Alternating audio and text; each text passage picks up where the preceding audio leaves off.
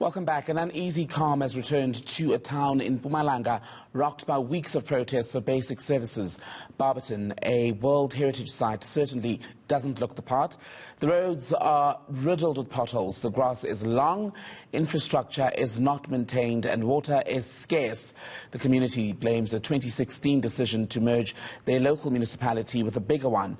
Michael Apple has this exclusive report. It's an all too familiar sight in South Africa. Destruction to make a statement.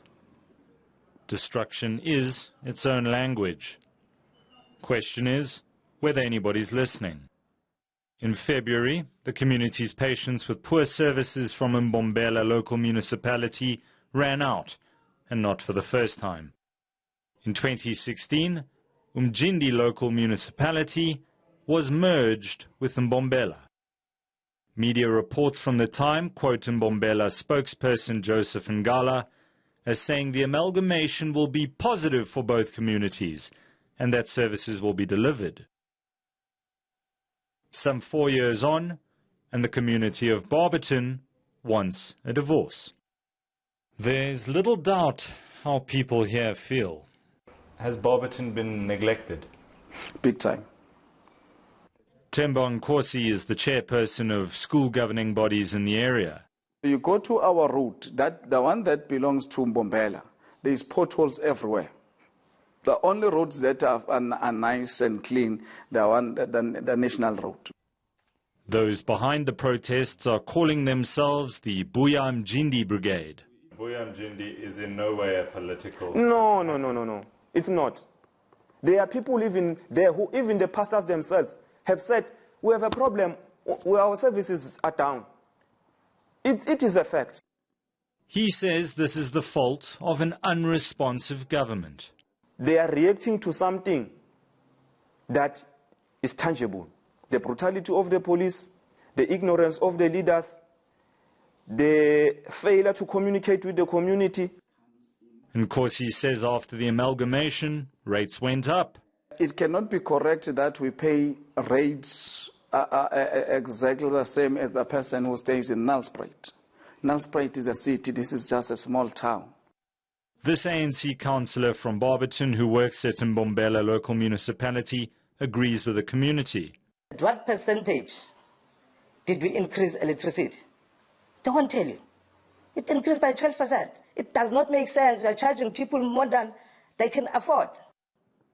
What was the initial thinking behind merging the municipalities? The idea of bringing amalgamation was to bring all the services to the people. And people were said no, they are going to create jobs. Where are these jobs? I have degrees, not a degree, degrees, but we are unemployed, we are sitting here.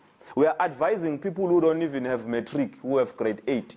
When you advise them, when it suits them, it's good. But when you advise them, when it's in the interest of the community, you are the bad person. As is so often the case during protests, education becomes the first casualty. High school, private school, spray, uniform. We must move. Through serious threats as well as physically attack on one of the schools in town, all the schools in town were closed as well. After more than a month of no school, Pastor Olga Mazibuko last week led a women's march calling for peace. Our children have not been attending school. First in town, the 2 schools were attending, and then until the Barberton High School was also vandalized, to say a message that children are not allowed to go to school. They should stay at home or join the protest. The councillor says stealing without consequence has only bred impunity. There's a lot of corruption. I believe something must be done. You see, if we are going to get an AG's report that will say billions of rand of fruitless expenditure, and nothing happens, nobody gets arrested, what does that tell you? It's wrong. They are going to punish whoever is going to say they must go to election. Community anger in Barberton is just a snapshot of the deplorable state of local government across South Africa. Municipal elections are next year. Strap in. It's going to get rough. Michael Apple in Barberton in Mpumalanga.